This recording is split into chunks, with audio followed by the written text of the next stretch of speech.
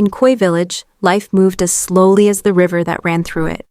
Boys grew up to be farmers, fishermen, or carpenters, just like their fathers. Girls, after finishing secondary school, married young and cared for their families. The people of Kuje had never heard of university. To them, education ended after secondary school. As long as their children could read and write, parents were happy. Life was steady, predictable, like the sun rising and setting each day. But something was coming. A change. A storm that would shake the quiet life of Kuje. One bright sunny day, a group of city students arrived for an excursion. They walked tall, dressed in fancy clothes, their shoes shiny, their books in hand. They spoke about a world the villagers had never imagined. Big machines, easy farming, and education beyond secondary school. The chief, standing tall with his walking stick, watched them closely. This is how our children should be, he thought. For the first time, the villagers dreamed of something bigger. They wanted their children to go beyond Kuje, to see the world, to learn more. But who would go first? The answer was clear. Folake. She was bright, kind, and quick to learn.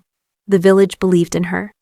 They gathered what little they had, dried yams, a few coins, prayers, and blessings. With their hopes resting on her shoulders, Folake left for the city. The city was unlike anything Folake had ever seen. Buildings stood like giants, cars sped past like birds in the wind, and the streets were filled with people who seemed to have a purpose. At school, she studied hard, making friends like Toshi, a girl who knew every shortcut and secret of city life. But city life was hard. The money from Kuje was barely enough. Some nights, Folake went to bed hungry, her stomach aching. I must not fail them, she whispered to herself each night. But as time passed, she noticed something strange. Toshi always had new shoes, nice dresses, and enough money. Toshi, how do you afford all this? Folake asked one evening. Toshi only laughed. Just a little hustle here and there, don't worry about it. But Folake couldn't stop wondering. Days passed, and Folake's hunger grew stronger. She couldn't focus in class. Her mind drifted back home, to Kuje, where her family had given everything to support her. Desperate, she found Toshi. Please, she whispered. I need to know. Let me work with you. I can't live like this anymore. Toshi's smile faded. Are you sure? This isn't ordinary work, Folake. But Folake, broken by hunger, nodded. I don't care. Just show me. That night, Toshi dressed her in a shimmering dress, painted her face with colors, and led her into a world of bright lights, loud music, and dangerous choices. At first, it felt thrilling. Money came easily, food was no longer a problem. But with each step, Folake drifted further from the girl Kuje had sent with so much hope. Weeks turned into months. Then, something changed. Folake grew weaker. Her once bright eyes lost their shine. Her belly swelled, but the rest of her body grew thin. Her friends whispered. It's like a curse, they said.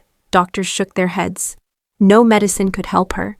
Even Toshi, the friend who had once laughed so easily, now looked at her with fear.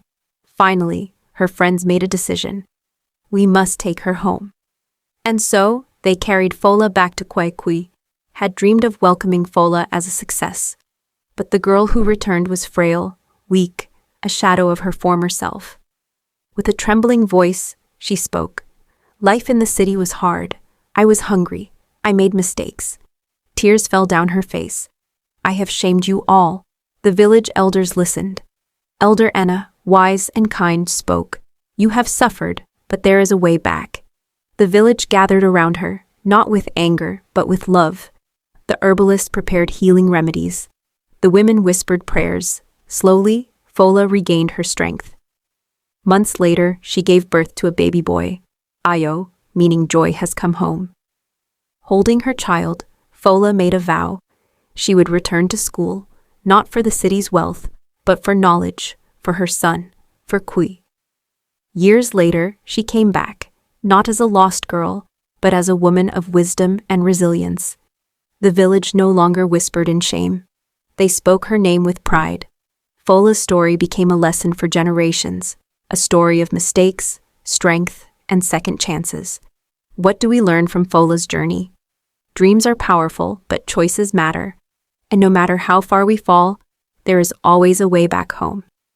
If you enjoyed this story, leave a comment, like, and subscribe for more tales like this. Thank you for listening.